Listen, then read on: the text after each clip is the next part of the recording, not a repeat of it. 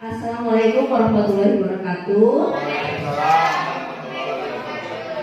Sebelumnya saya mohon maaf mengganggu Bapak dan mengganggu waktu Bapak dan Ibu ya. Ini terkait dengan tugas saya sebagai CGP angkatan 10. Jadi saya harus mendiseminasikan atau memaparkan, menyebarkan pengalaman atau diseminasi. Nah, kebetulan di sini ada penerapan pengalaman budaya positif. Mohon perhatiannya dari Bapak Ibu. Nah, kemudian bayangkan alat komunikasi ataupun apa yang Ibu Bapak pegang itu, bayangkan bagaimana cara Bapak Ibu mendapatkannya. Tolong fokus pada saat Bapak Ibu mendapatkannya bagaimana. HP. Adakah kenangan di handphone itu Bapak? Ada. Bagaimana cara Bapak mendapatkan HP tersebut? Ya, dengan cara mencicil atau membelinya dengan cara cicilan ya. Nah, kita lanjut ya Bapak Ibu. Terima kasih Bapak, tepuk tangan semuanya. Nah, kita mulai ya. Bismillahirrahmanirrahim. Nah, di sini ada konsep inti budaya positif. Di sini ada perubahan paradigma, kemudian motivasi perilaku manusia, disiplin positif, posisi kontrol guru, nilai-nilai kebajikan, keyakinan kelas, kebutuhan dasar manusia. Lanjut. Nah, di sini pembelajaran dengan paradigma baru merupakan pembelajaran yang dirancang berdasarkan prinsip pembelajaran berdiferensiasi, sehingga peserta didik belajar sesuai dengan kebutuhannya berdasarkan tahap perkembangan sesuai teori psikologi modern untuk mewujudkan profil pelajar Pancasila. Nah, dalam profil pelajar Pancasila ini ada nilai-nilai kebajikan. Yang pertama ada beriman, bertakwa kepada Tuhan Yang Maha Esa, dan berakhlak mulia. Ada miskonsepsi teori kontrol. Ada ilusi guru mengontrol peserta didik, ada ilusi bahwa kritik dan membuat rasa bersalah mampu menguatkan karakter. Kemudian ada ilusi bahwa penguatan positif efektif dan bermanfaat. Kemudian ilusi bahwa orang dewasa. Ada perbandingan stimulus respon tentang dan teori kontrol. Kalau dalam stimulus respon itu realitas atau kebutuhan kita sama, sedangkan dalam teori kontrol tersebut kalau realita itu kebutuhan kita itu memang berbeda ya. Kemudian semua orang melihat hal yang sama. Kalau dalam teori kontrolnya setiap orang memiliki gambaran yang berbeda. Nah, di sini ada disiplin positif. Ya, disiplin ini berasal dari kata disiplina yang artinya belajar. Kemudian disiplin bajikan. Di sini kalau di Indonesia ada profil pelajar Pancasila, kemudian ada Ibo Prevarius, kemudian ada keterampilan hidup atau life skill ya. Nah, kebutuhan dasar manusia. Kebutuhan dasar manusia adalah segala sesuatu yang kita lakukan untuk mendapatkan apa yang kita inginkan. Ya, seluruh tindakan yang kita lakukan memiliki tujuan tertentu dan semua usaha terbaik yang kita lakukan adalah dalam rangka agar kebutuhan dasar kita terpenuhi. Dipedulikan, berbagi, kerjasama, menjadi bagian dalam kelompok. Kemudian penugasan, termasuk dari di dalamnya itu adalah harga diri, keinginan untuk dianggap, memimpin, berprestasi. Itu adalah kebutuhan dasar manusia dalam penugasan. Kemudian ada kebutuhan dasar manusia dalam kebebasan, yaitu mandiri, memiliki pilihan, mencoba hal baru, arah dirinya. Yang selanjutnya ada kebutuhan dasar manusia itu kesenangan, misalnya bermain, kemudian humor, antusiasme ya. Kemudian ada motivasi perilaku manusia. Ada motivasi perilaku yang pertama untuk menghindari ya. Di sini kalau hukuman itu tidak terencana, tiba-tiba, misalnya peserta didik kita datang terlambat, kita pasti ada yang hukum, misalnya dengan cara apa? Dengan cara membaca Al-Quran berapa 1 juz misalkan ya. Kemudian peserta didik tidak misalnya untuk membaca Al-Quran atau membersihkan kamar mandi ya misal. Kemudian konsekuensi. Nah kalau konsekuensi itu terencana atau disepakati sesuai dengan aturan, misalnya dalam pelajaran olahraga siswa terlambat 10 menit misalkan. Nah itu sebelumnya ada kesepakatan dulu antara guru olahraga dengan siswa tersebut, misalnya dengan suatu kelas tertentu, misalnya kelas 10-2. Nah 10-2 kalau misalnya kalian terlambat ya 10 menit misalkan, sit up 5 kali misalnya. Nah itu konsekuensi, itu adalah kesepakatan peserta didik untuk memperbaiki kesalahan. Ya ini biasanya dipakai dalam pola pendidikan sekarang dan ada restitusi. Jadi kita menghukum anak itu tidak dengan cara menyalahkan. Nanti saya bahas di selanjutnya. Nah kita nih sebagai guru ini ada 5 posisi kontrol guru.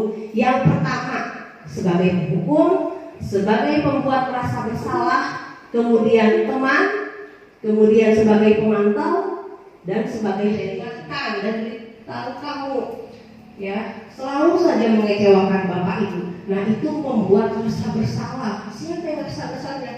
Peserta didiknya ya merasa bersalah.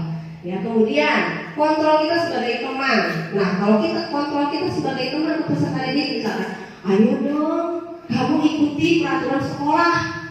Nah itu sebagai kontrol kita sebagai teman. Ya kemudian memantau, misalnya contohnya kamu sudah melanggar peraturan sekolah, kamu tahu kan konsekuensinya? Ya setelah upacara kamu beli atributnya ke koperasi dan jangan ulangi lagi. Nah itu adalah posisi kontrol guru sebagai pemantau. Lanjut, yang selanjutnya yang kelima ada posisi kontrol guru sebagai manajer. Yang harus dilakukan itu apakah kamu tahu kesalahanmu? Kira-kira bagaimana kamu memperbaiki kesalahanmu? Jadi kalau dalam teori sekarang itu anak itu yang diinginkan oleh pemerintah itu kita posisi kontrolnya sebagai manajer. Ya kita masalah ini, ayolah lakukan demi bapak dan ibu ya. Misalnya kata-kata tersebut, kemudian kamu tidak pernah mendapat nilai jika tidak mengerjakan tugas. Nah itu biasanya kita tanpa sadar sering mengatakan hal-hal tersebut. Ya. Kemudian ada keyakinan kelas. Nah di sini keyakinan kelas. Mengapa sih keyakinan kelas? Mengapa tidak ataupun mengapa bukan peraturan kelas? Nah kalau pembentukan keyakinan kelas disiplin, ya disiplin, kemudian tanggung jawab, kemudian apalagi ya selain itu banyak sekali ya. Kemudian solidaritas sama antar teman dan lain sebagainya itu bisa dibuat bapak sama ibu di kelas, bapak dan ibu ya. Next, lanjut lagi. Nah ini contoh-contoh kalimat keyakinan kelas. Di sini misalnya ada datang tepat waktu, kemudian hormati guru dan teman, kemudian angkat tangan jika ingin berbicara, kemudian dengarkan penjelasan guru, kemudian bekerja sama menjaga kebersihan kelas. Nah ini merupakan contoh-contoh kalimat keyakinan kelas bapak dan ibu. Dialog yang dijalankan oleh guru agar menghasilkan peserta didik yang mandiri dan bertanggung jawab. Dan sini ada 3 tahapan segitiga restitusi. Yang pertama ada validasi tindakan yang salah, ya kemudian menstabilkan identitas dan menanyakan keyakinan. Ya kita bahas satu-satu. Misalkan menstabilkan identitas berdasarkan prinsip membuat kesalahan adalah bagian dari proses pembelajaran. Misalnya peserta didik melakukan kesalahan, misalkan bolos sekolah atau terlambat datang ke sekolah, ya apa yang harus kita lakukan? Nah kita harus menyadari yang pertama berbuat salah itu wajar, ya kemudian tidak ada manusia yang sempurna dan ibu bapak juga pernah melakukan itu, nah misalnya. Kemudian ibu bapak tidak mau mencari siapa yang salah. Ini kata-kata yang biasanya kita ungkapkan dalam menstabilkan identitas, ya. Jadi tidak menyalahkan peserta didik. ya ke ujung-ujung hari ecek ke hadek mah Ki Hajar Dewantara teh langsung kita benar-benar ngarakan budak sebenarnya. Jadi ini dalam tahapannya. Kadang gimana kita itu ya, kalau misalnya anak-anaknya seperti misalnya di kota dan lain mungkin akan bisa memakai ini. Kadang kalau di sini beda ya, maksudnya anak-anaknya lamun di sisi nama dengan tersieun ya. Lanjut lagi, nah validasi tindakan yang salah di sini berdasarkan prinsip setiap perilaku berupaya memenuhi suatu kebutuhan tertentu kita, ya. Kemudian nilai-nilai apa yang telah disepakati bersama, ya.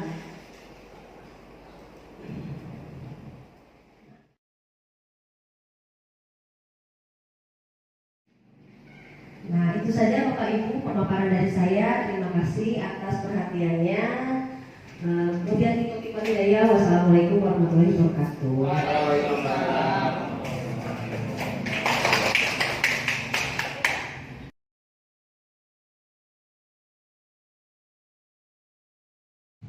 Yusuf, gimana kabarnya hari ini? Alhamdulillah sehat. Tahu nggak ibu manggil ke sini? Tahu. Kenapa? Pernah sering bolos. Berapa kali bolosnya? 5 kali. Menurut Yusuf, bolos itu melanggar disiplin nggak? Iya. Melanggar keyakinan kelas kita? Iya. Kenapa Yusuf bolos, sering bolos? Pernah sering siang. Kesiangan. Kenapa kesiangan? Pernah sering begadang. Selain begadang apa lagi? Main HP. HP, kelamaan ya main HP-nya. Nah, menurut Yusuf bagaimana supaya Yusuf nggak bolos lagi? Apa yang dilakukan Yusuf supaya nggak bolos sekolah lagi?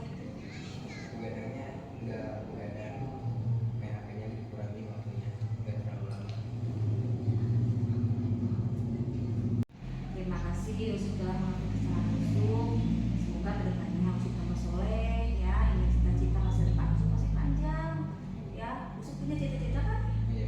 Nah, gapai cita-citanya, ya. Dengan cara disiplin, dengan cara sekolah yang baik, yang benar, ya. Iya. Sayangi orang tua Yusuf selama masih ada di dunia, ya. Iya. Itu aja yang dapat Ibu sampaikan. Terima kasih Yusuf. Iya. Ian, gimana kabarnya Ian? Alhamdulillah baik Bu. Alhamdulillah. Tahu nggak Ian ibu manggil ke sini? Tahu Kenapa? siangan dulu. Siangan ya. Udah berapa kali ya? Udah 5 kali. 5 kali ya Ian ya. Kenapa tuh kasianan wae Ian teh? Sering begadang Bu. Begadang. Ya, terus Tidurnya malam malam terus jam sabaraha? jam 1. Jam 1 malam. Terus main HP merenya. Main HP langit teuing. Sabaraha aja kali main HP teh? 5 jam? Wah. Ian tahu nggak kalau terlambat sekolah itu melanggar disiplin, melanggar keyakinan kelas kita? Tahu. Nah untuk kedepannya Ian mau terlambat lagi atau bagaimana? Insya Allah tidak. Dengan cara gimana ya supaya nggak terlambat? Tidur di bawah jam 1. Tidak bermain HP terlalu lama. Ya, ya kemudian ya ingat masa depan dia masih panjang ya, harus ingat masa depan. Punya cita-cita kan? Nah, raih cita-citamu ya.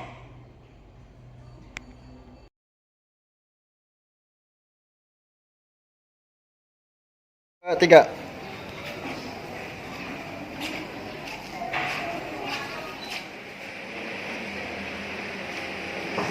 Assalamualaikum. Waalaikumsalam warahmatullahi wabarakatuh.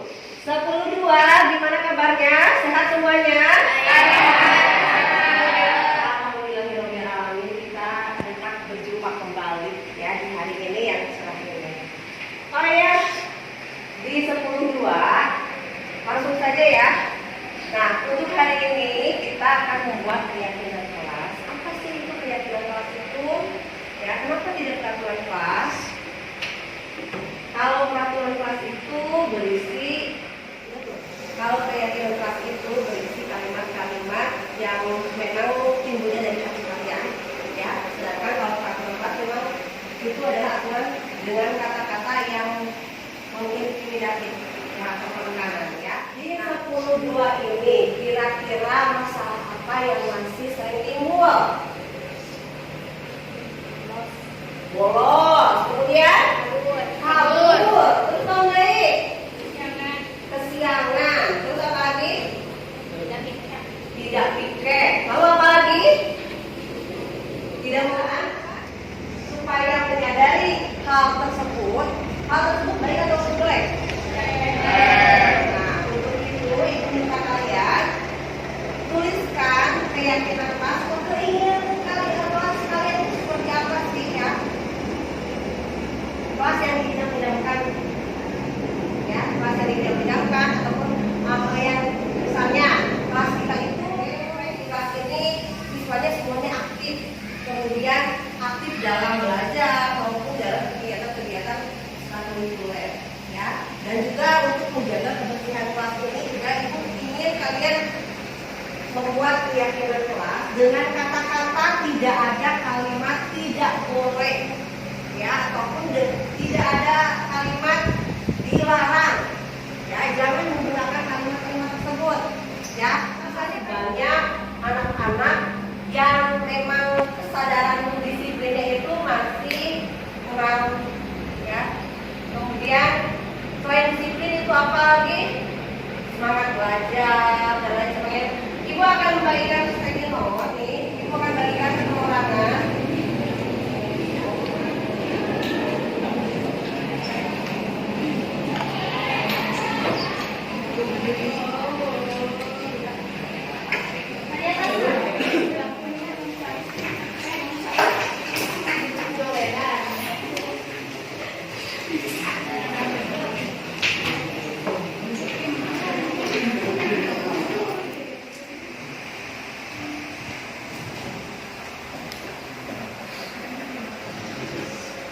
Nanti kalian tempel di sini secara berurutan, ya. Bagi yang sudah, silakan kalian tempel dan kita akan buat keyakinan kelas. Dan seperti apa sih keyakinan kelas 10.2 ini? Kelas yang ingin diidam-idamkan ataupun kelas yang didambakan oleh 10.2 ini, ya. Keyakinan kelas kalian yang kalian inginkan itu seperti apa, ya? Kemarin sudah ibu contohkan.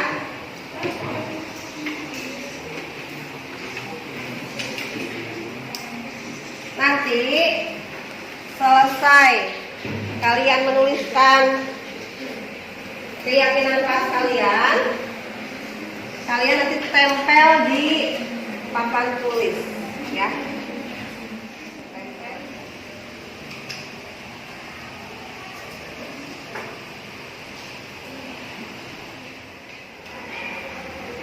Silakan bagi yang sudah tempel ke sini, segera ya.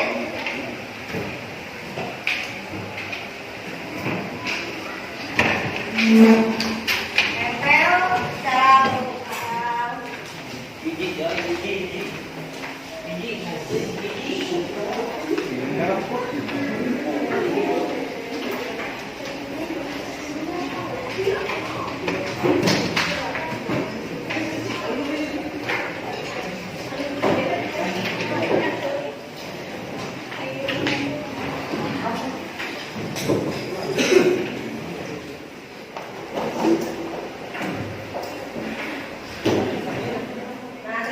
Sudah mengumpulkan, kita hitung hasilnya 1, 2, 3, 4, 5, 6, 7, 8, 9, 10, 11. Betul, ada 23 sesuai dengan jumlah yang ada di kelas ini, ya. Ibu cek satu-satu dulu ya.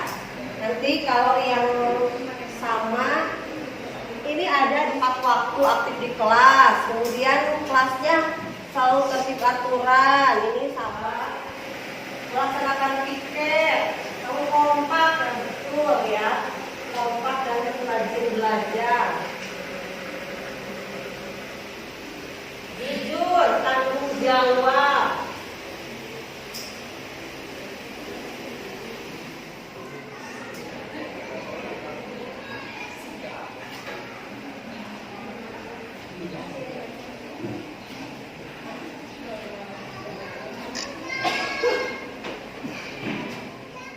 Saja yang ibu ambil ini keyakinan kelas 10.2.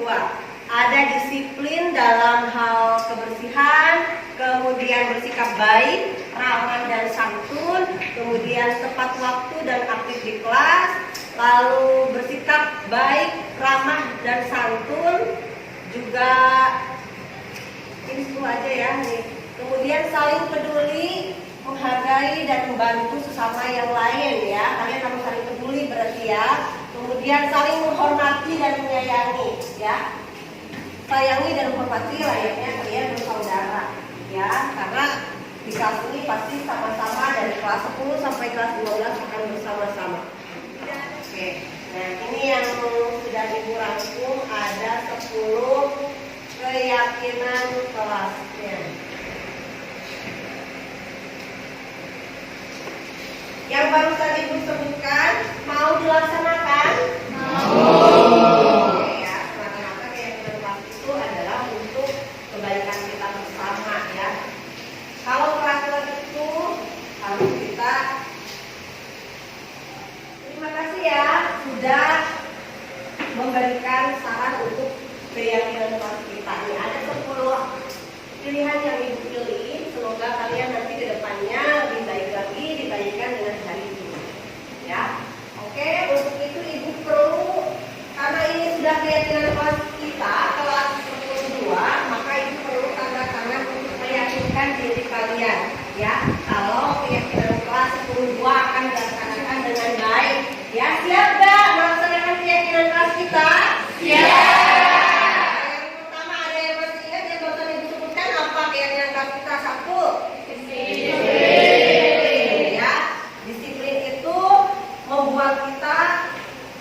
Menjadi orang sukses ya. Tanpa disiplin kehidupan kita mungkin tidak akan berjalan dengan baik ya. Oke, lanjut lagi ya, langsung ke tanda tangan.